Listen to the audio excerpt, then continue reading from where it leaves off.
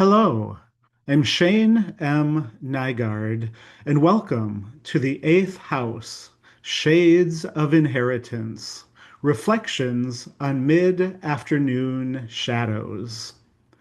In this series, I'm exploring the houses of the astrology chart as qualities of light across a symbolic day. The eighth house belongs to the hard mid-afternoon hours, roughly 2 o'clock to 4 o'clock p.m., when the sun is still powerful, but no longer innocent. This is not dawn, sunset, or candlelight. It is angled, exposed light. It casts hard shadows. And through that image, we can begin to understand the eighth house not only as death, rebirth, and transformation, but as inheritance, the mysterious way the past continues to move through the living. Carl Jung's instruction to stick with the image is essential for astrology because astrology is a language of images before it is a language of explanations. Planets, signs, houses, gates, thresholds, and shadows.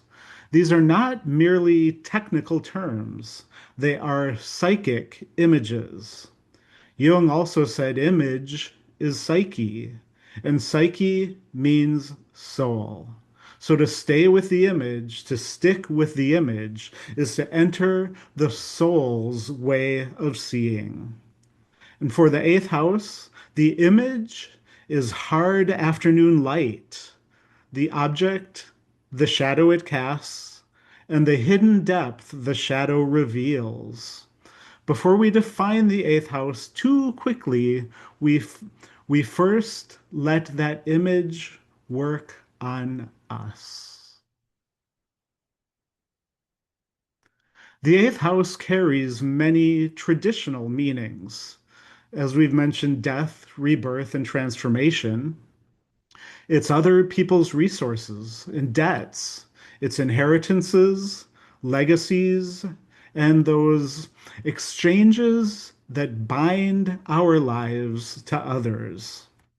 It has also been called the Gate of Hades, which gives it mythic force, because Hades is the underworld, the invisible realm beneath ordinary life, where the dead reside and buried things remain potent. Another name for the eighth house is epicataphora, meaning the casting down. Already, we have a field of images: gate, descent, debt, inheritance, and the underworld. The eighth house is where something passes from one state to another, from one life, one person, one generation, or one form into the next. In this houses as light framework, the eighth house corresponds to the hours between approximately 2 o'clock and 4 o'clock p.m. For photographers, this can be difficult light. It is hard, high contrast, and often very unflattering. It does not soften the world. It exposes surfaces and hard edges and throws shadows beneath them. That is very different from the light of dawn, the light of awakening or arrival. This is after noon. Something has already culminated. There is consequence in this light. It asks, what shadow does this object throw? What is revealed when beauty no longer softens the scene? Hard light is not bad light. Let's be clear about that, because some subjects are actually made for it. Angular objects, strong architecture, Carved stone, ironwork, and sculptural forms, for example, can come alive in hard light because contrast reveals their shape. The shadow does not erase them, it helps define them and deepen them. This gives us a useful way to imagine planets in the eighth house. A planet here may not express itself through ease or softness. It may require depth, contrast, and emotional truth. People with strong eighth house placements may be oriented toward material others avoid. Maybe things like grief or intimacy, power, shame, inheritance, taboo, and transformation. The eighth house does not promise comfort, it promises depth. Epicataphora, the casting down, becomes vivid when we imagine this mid afternoon light. The eye is drawn downward toward the ground, toward the shadow, toward what falls beneath. Symbolically, this is the movement of the eighth house. It lowers us beneath the surface of life into what has been hidden, buried, inherited, or left unresolved. This is not only a fall, it can also be an initiation. The eighth house asks, what is really moving beneath the visible situation? What old wound, old debt, old gift, or old ghost is present here? And the language of shadow leads us directly into the eighth house. A shadow is a dark image cast when something stands between an object and a source of light. But shadow also suggests something ghostly, a trace, an image, a presence that is not fully there. Then we arrive at shade. A shade can be a degree of darkness, but it can also mean a ghost. And when we say shades of the past, we are invoking memory. So shadow becomes shade. Shade becomes ghost. Ghost becomes memory. And memory becomes inheritance. This is the grammar of the underworld. And inheritance? Inheritance means receiving something from a former possessor. We usually think of property, money, or legal documents, but we also inherit stories, griefs, silences, debts, talents, traditions, family myths, cultural wounds, and unfinished business. The eighth house is where the life of the other enters us. In the second house, we might ask, what do I possess? In the eighth house, the question becomes, what possesses me? What am I carrying that did not begin with me? What former possessor still speaks through what I now hold? And the word occult for the eighth house does not only mean supernatural, it also means hidden, concealed, and secret, something not easily apprehended by the ordinary mind. That makes the eighth house occult in a precise sense. Its truths are not are often not immediately visible. We may discover them through dreams, crises, through intimacy or grief, through obsession and inheritance, or the charged object that carries more meaning than it should. The eighth house asks for another kind of perception. Not everything here can be understood by looking straight at it. Some things must be approached through symbol, memory, body, art, and reverence. The image of the eighth house as the gate of Hades brings us to Charon, the ferryman of the underworld. To cross the river Styx, one must pay the coin. Symbolically, that coin is attention or reverence. Maybe it's study or grief, love or acknowledgement. The underworld cannot be entered casually, and neither can the eighth house. If we approach the dead, the past, the inherited, or the hidden, something must be paid. We do not get to take from the dead without acknowledging them. This is especially true of artistic and cultural inheritance. Which brings us to our chart examples.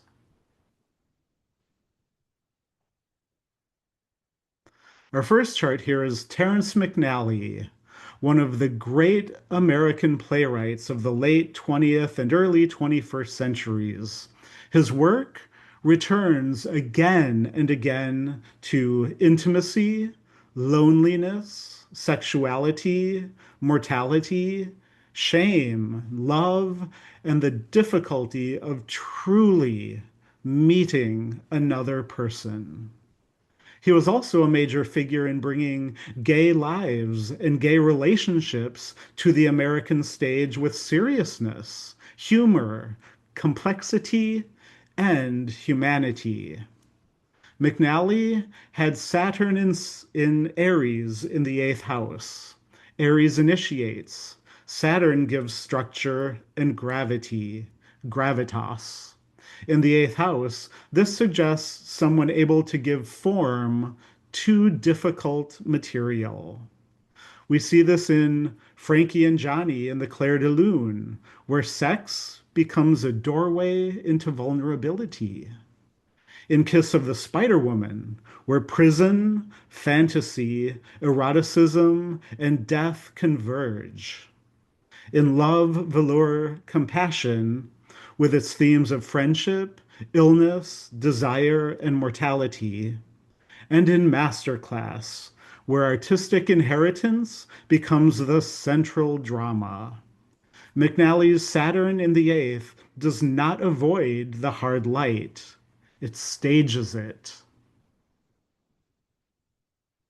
Masterclass is McNally's play about the legendary opera singer Maria Callas teaching young singers. But the play is not merely about technique, it also brings in lineage. Callas treats the scores she works with as a living document. It carries centuries of discipline, sacrifice, interpretation, genius, and transmission. Her own scores are covered with marks, hints, tricks, and suggestions, everything she absorbed. She insists that these are centuries of opera. We do not simply make this music up. This is a profoundly eighth house statement. The young soprano student Sophie that she teaches may think she is singing a role. Callas hears the dead. She hears the singers, composers, roles, and traditions standing behind the music.